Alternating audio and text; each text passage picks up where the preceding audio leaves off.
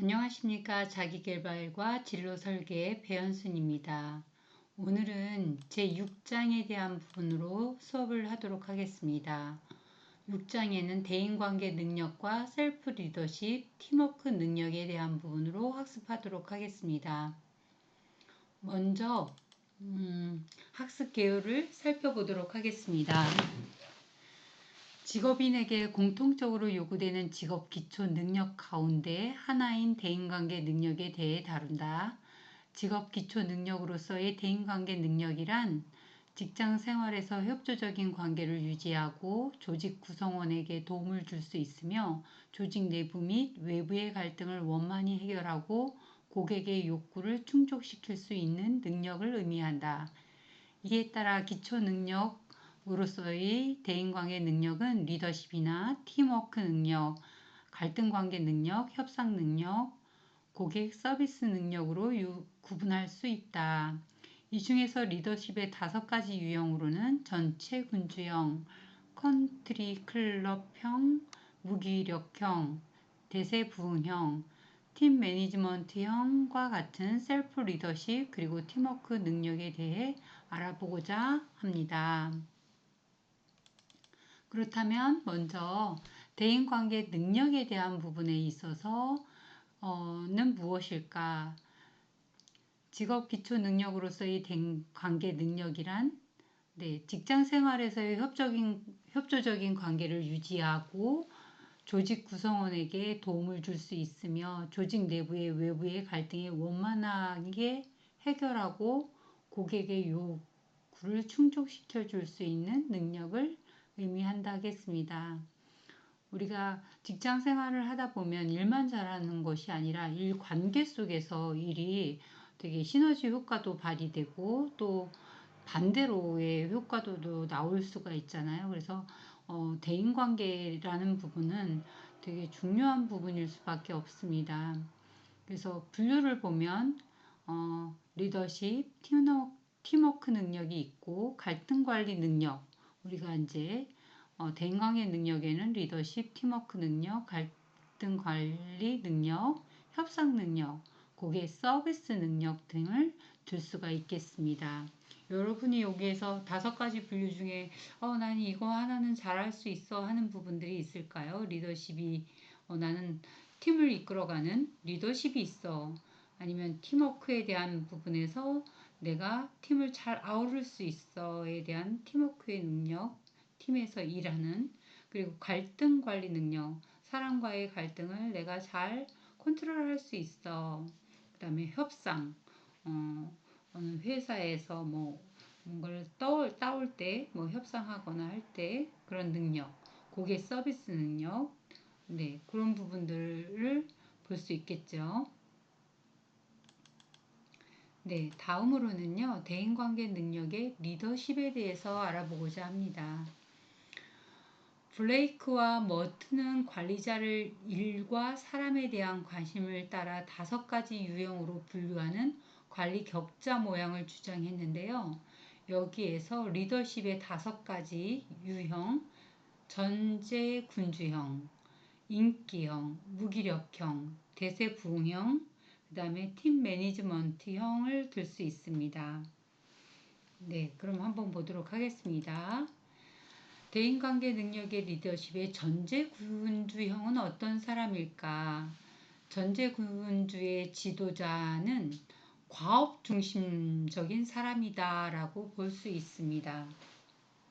그래서 일 중심이던 사람이기 때문에 첫 번째로는 업적 달성과 직무의 모든 관심이 집중된 업무지향적인 지도자 유형. 그래서 일에 대한 효율성만 따지는 분들 볼 수 있겠죠. 그래서 중요한 것은 오직 결과라는 생각으로 무장됨. 과정이 없는 거예요. 이럴 때는 좀 열심히 했는데 결과가 안 나왔을 때는 속상할 것 같죠. 그래서 의지력을 또한 강조한다라고 볼 수 있습니다. 그래서 이 사람들은 업무에만 오로지 이렇게 매달려 있고 결과 중심형이고 또 이 일을 하기 위해서는 의지력에 대한 부분들을 이제 강조하고 있는데, 그렇다면 본인은 그렇지만 부하 직원들은 어떨까? 관계는 부하 직원의 개인적인 생활이나 정서적 교류에는 별 관심이 없다. 네. 그리고 부하 직원의 업무 수행 능력과 성과에 주된 관심을 가지며 조직의 능률과 업적을 중시한다. 그러니까 부하 직원의 개인적이거나 정서적인 교류보다는 그 사람이 업무 수행이 어떠하며 어떤 성과를 냈느냐에 대한 관심만 가지고 있다. 조직의 능률과 업적을 중시한다. 이런 부분들이 전제군주형 과업 중심적이라고 볼 수 있겠죠. 이런 군주형에게는 갈등을 대처하는 태도가 있습니다. 어떤 태도를 할까요? 네, 부하 직원과의 의견 충돌이 생길 수 없도록 사전에 손을 써둔다고 합니다. 어, 사전에 후한 보상을 해준다던가 아니면 자신의 의견에 반박하지 못하도록 공격적으로 질문하고 방어적으로 경청하는 그 다음에 자기 의견에만 집착하는 전제군주형은 흑백 논리에 무장해 상대방의 말문을 막아버림으로써 상대방의 문제 제기를 하지 못하도록 차단하는 갈등 상황을 아예 끝내버리는 그런 사람이라고 볼 수 있습니다. 그래서 전제군주형의 지도자와는 일하는 부하 직원들은 늘 극심한 긴장감에 시달리겠죠. 네. 마지못해 명령을 따르기도 하겠고 따라서 전체 군주형 밑에서 이른바 예스맨만 남거나 많은 부하 직원이 무기력해지거나 말해도 소용이 없는 거죠. 그러니까 이제 내 생각 또 내가 이렇게 했으면 좋겠다에 대한 부분에서 옳고 그름만 따지다 보니까 말해봐야 소용이 없어요. 그래서 무기력해져서 거기에 이제 안주하게 되고 또 즉 아무 생각 없이 그저 시키는 일만 하는 사람이 될 수 있어요. 개인의 능력을 키워준다기보다는 그냥 명령해 죽고 명령해 산다 이렇게 볼 수 있죠. 이러한 조직은 리더와 부하 직원 모두 극심한 긴장감에 시달리고 신경과민에 걸릴 가능성이 증가시킨다라고 볼 수 있습니다. 예, 전제군주형이 많은 직군은 뭘까요? 그러면 여러분 무엇이라고 생각하십니까? 제가 볼 때 전제군주형이 많은 조직, 직업 이런 곳이라면 아무래도 군인들이 가장 많지 않을까. 군인 직종. 네. 거기는 거의 명령에 죽고 명령에 살고 하잖아요. 그러다 보니까 이 전제군주형이라는 부분에서 보면 그것이 어, 무조건 뭐 다 나쁘다 여기서 어느 것이 좋다가 아니라 적기적소에 쓸 수 있으면 좋은 건데 어, 우리가 군대에서 요새 정신력이 뭐 해이해졌다 뭐 이런 말들도 들어오고 뭐 이러잖아요. 근데 거기에서 어떻게 보면 어, 어떤 명령을 하다 했을 때 안전과 사람의 생명을 다루는 부분이어서 더 이렇게 명령적인 부분들이 많겠죠. 그렇게 볼 수 있습니다. 네, 그 다음으로는 리더십 인기형. 인기형 지도자는요, 인간 중심적이다라고 되어 있습니다. 이런 분들은 원만한 인간관계에 동질감을 느끼는 것을 가장 중요하게 생각하는 거예요. 그래서 당신과 나의 취미가 같는가, 가정의 생활, 뭐 또 자녀 양육에 대한 여러 가지 부분에서 맞는 부분이 생기면 거기에서는 이제 아주 라포 형성이 많이 되겠죠. 그래서 그 사람과의 인간관계에서 동침감을 느끼려는 부분. 우리나라가 특히 많은 게 뭐예요? 지역색 이런 것들 많잖아요. 그쵸? 그래서 같은 지역이야, 뭐 같은 학교야. 횡성도 되게 작은 지역이다 보니까 타지에서 들어왔을 때 어, 타지 사람들이 뭐라 그래야 되나? 횡성 사람들만 이렇게 꼭 똘똘 뭉치는 그런 부분들이 있다라고 얘기를 하잖아요. 그런 부분에서도 보면 이 동질감을 느끼는 건 되게 중요한데 또 한편으로는 어, 이렇게 좀 뭐가 맞지 않으면 이질감이 느껴지면 배타적일 수 있는 부분들도 있겠죠. 그래서 네, 수행해야 할 직무나 달성 목표보다는 사회성을 더 중시한다. 네. 부하 직원 개개인의 성격과 사회생활에 대한 관심이 많고 그들과 개인적인 정서 교류를 나누고자 합니다. 그래서 여기에서는 부하 직원 개개인의 성격, 업무 스타일을 존중하고 그에 따라 업무를 배정하기도 하죠. 민감한 사안을 다루는 갈등을 불러일으키는 상황이거나 일 때문에 압박을 당하는 상황에서도 매우 부담스러움을 느끼게 된다. 저는 약간 요 유형이에요. 인간 중심적 유형.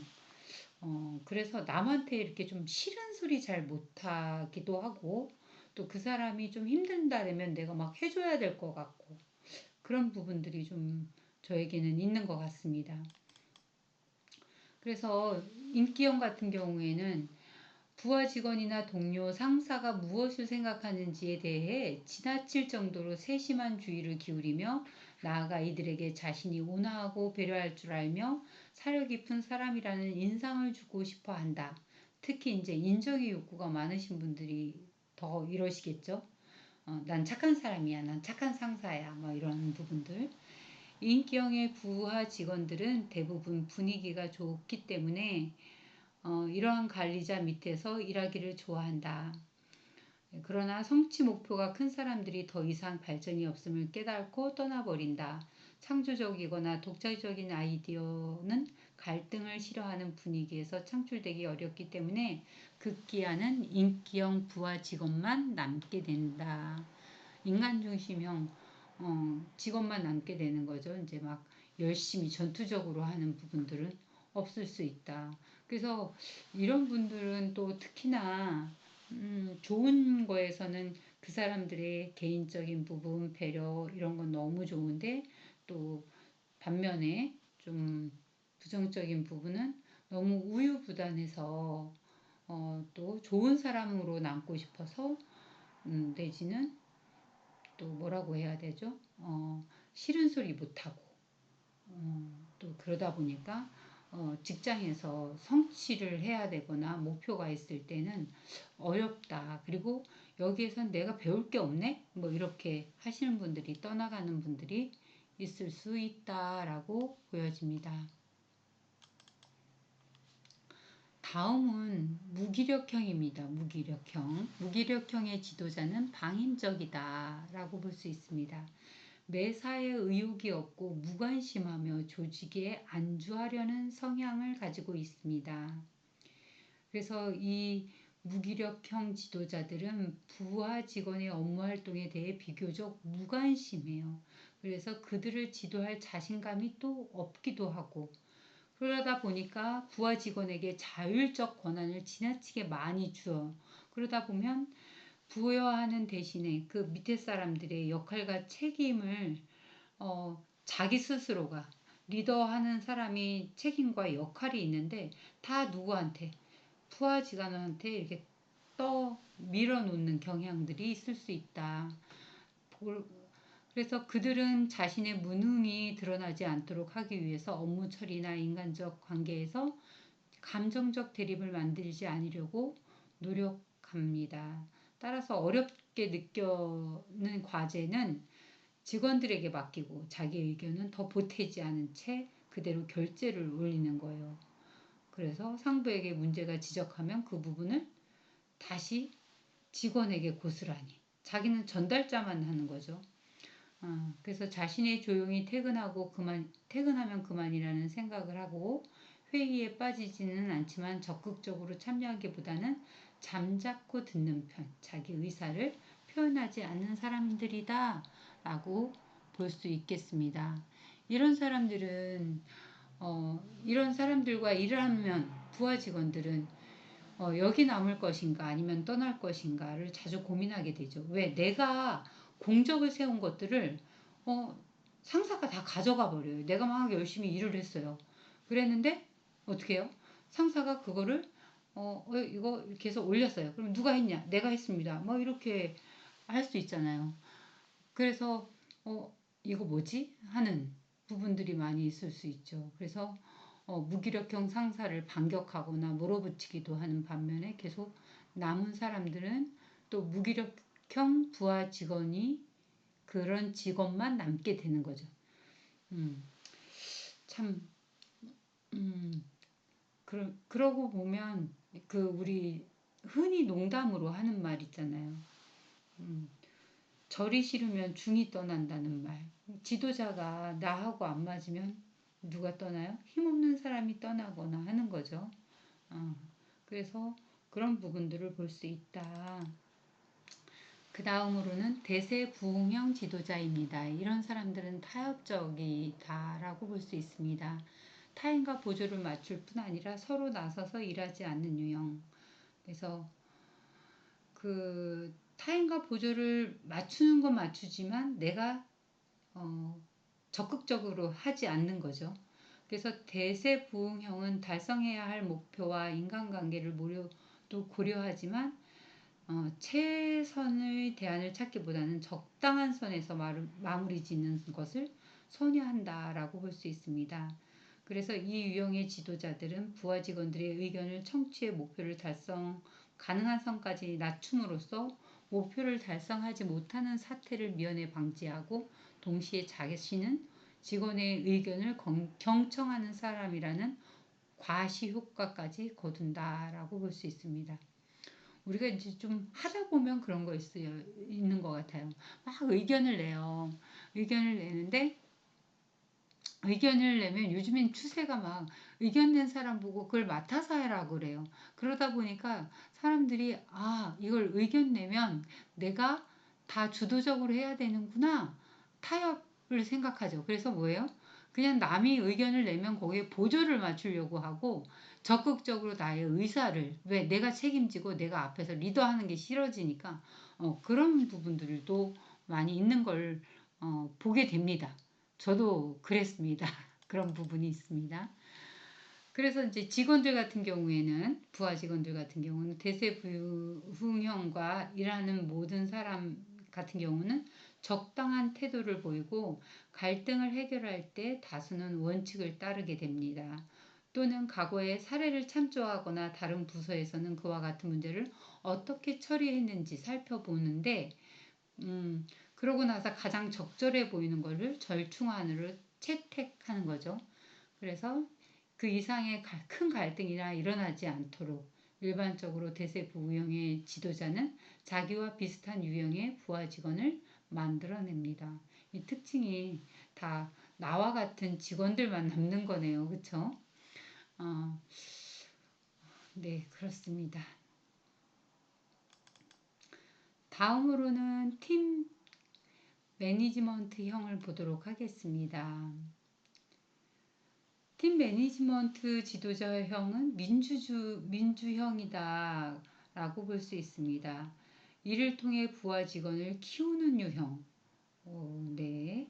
상사와 부하 직원의 관계를 인격적 평등 관계로 인식하며 사람들을 존중하면서도 업무와 목적에 늘 충실하다. 조직 구성원들의 자발적 참여, 상호 의존, 신뢰와 존중을 바탕으로 성과를 달성하려고 합니다. 또한 업무 목표를 달성하기 위해서 전체의 관점에서 상황을 파악하고 이를 기반으로 하여 부하 직원에게 영향력을 행사한다 하겠습니다. 그래서 부하 직원들과 함께 문제점을 이해하고 바람직한 결과가 도출되도록 환경을 조성하는 그런 사람이 민주형이다라고 볼 수 있습니다. 참 좋은 것 같죠?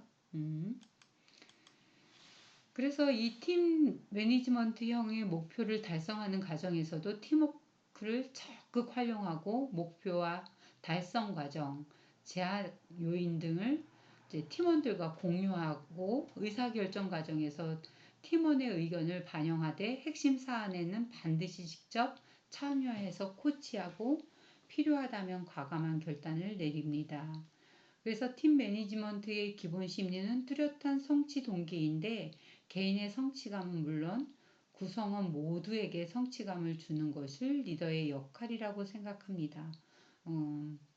그래서 이런 팀 매니지먼트의 갈등을 개선의 기회로 바꿀 줄 알고 또 이 갈등 상황에 대한 부분을 서로 공유하고 솔직하게 의사소통의 기회로 삼아서 이들을 적절한 갈등을 오히려 창조적으로 아이디어를 낼 수 있도록 그래서 유형의 리더에 대한 부분에서 아주 매우 긍정적인 리더십이다라고 볼 수 있고요.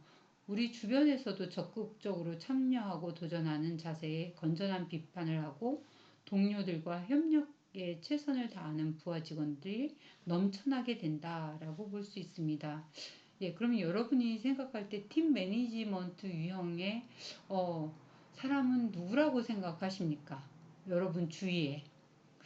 음, 저는 잘은 모르지만 요즘에 이제 이재명 대통령이 어, 뭐 나와 친한 사람 내지는 우리 편에 있는 사람들만 쓰는 것이 아니라 능력이 있으면 갖다 쓰고 또 다른 사람들을 갖다 나와 다른 사람들을 갖다 써서 그 사람들이 하는 말들을 경청하고 거기에서 갈등이 생기면 아주 끝까지 이렇게 뭐라고 해야 되나 의논을 계속 도출해낼 때까지 의논을 한다고 하더라고요.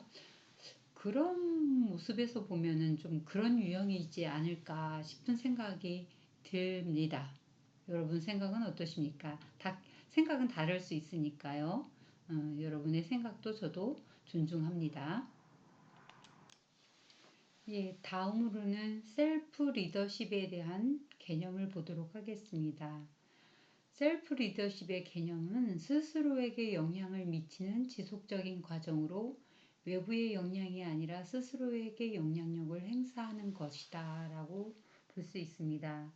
그래서 조직 내에서 리더만이 조직원들을 관리하고 통제하는 것이 아니라 구성원 모두가 스스로 자율적으로 관리하고 조직을 이끌어 나가는 리더십을 의미합니다.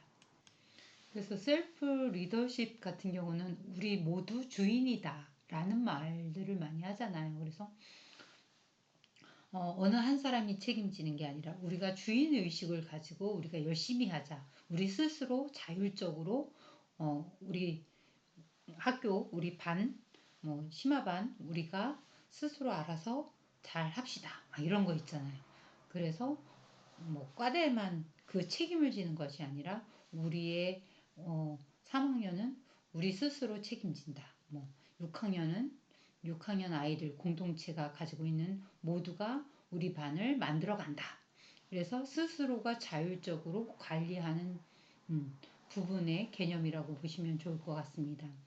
그래서 이거는 외부에서 우리한테 뭐라 하는 게 아니라 우리 스스로 할 수 있는 영향력이라고 볼 수 있죠. 거기에 기본 전제로는 진정으로 원하는 행복을 얻기 위해서는 자신의 스스로 리더할 수 있어야 한다는 것과 또 자신이 진실로 리드할 수 있는 것은 자기 자신뿐이라는 믿음을 가져야 한다. 나는 할 수 있다. 이 부분이겠죠, 아무래도. 그래서 내가 하고자 하는 것, 누가 시켜서가 아니라 내가 스스로 리드할 수 있는 것, 이런 것들은 자기 자신뿐이라는 믿음을 가져야 할 것이라고 보여집니다. 다음으로는 행동 전략인데요. 셀프 리더십의 행동 전략에서는 자기 관찰, 자기 목표 설정, 단서 관리, 자기 보상, 자기 처벌, 예행 연습 등을 들 수 있습니다. 이거는 타인애가 아니라 셀프 리더십은 자기 스스로의 리더십. 그래서 내가 나를 스스로 관찰하고 나의 자기 목표를 설정하고 단서 관리, 자기 보상, 자기 처벌, 예행 연습 등을 들 수 있습니다.